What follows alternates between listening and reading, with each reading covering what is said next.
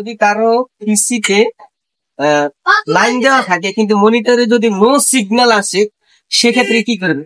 আপনি জাস্ট আপনার পিসির যে ব্যাকপ্যাডটা আছে সেটা খুলে নিবেন।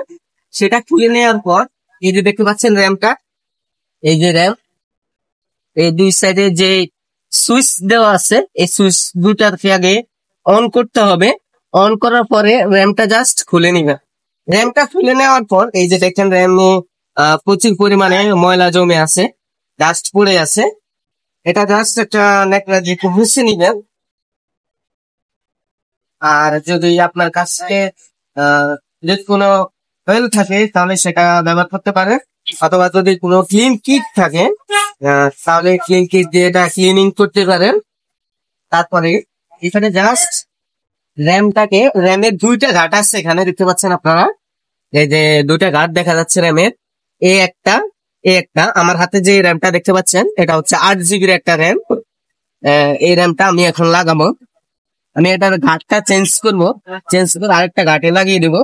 কারণ আমার পিসি ওপেন করা মাত্র ডিসপ্লেতে নো সিগন্যাল লেখাটা আসে। এটা মূলত বেসিক্যালি র্যাম থেকে হয়। র্যামে যদি কোনো রকম ময়লা জমে সেক্ষেত্রে এটা হওয়ার সম্ভাবনা অনেকটাই বেশি। সেভরন, আমি আপনাদেরকে দেখাচ্ছি সেটা কিভাবে করবেন। এখানে শুধু জাস্ট র্যামটা আস্তে লাগিয়ে দিতে হবে। র্যাম লাগানোর ক্ষেত্রে এই যে সুইচ আছে দুই সাইডে দুটা, এই সুইচের দিকে কিন্তু অবশ্যই অবশ্যই লক্ষ্য রাখতে হবে।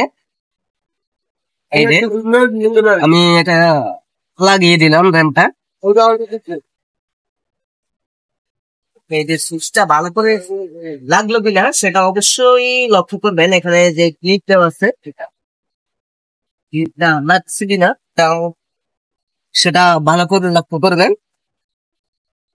এখানে কিছু জিনিস খেয়াল করে যদি উল্টা লাগান বা অন্য কোনো ইয়ে করেন তাহলে কিন্তু পিসিতে সমস্যা হওয়ার সম্ভাবনা থাকে।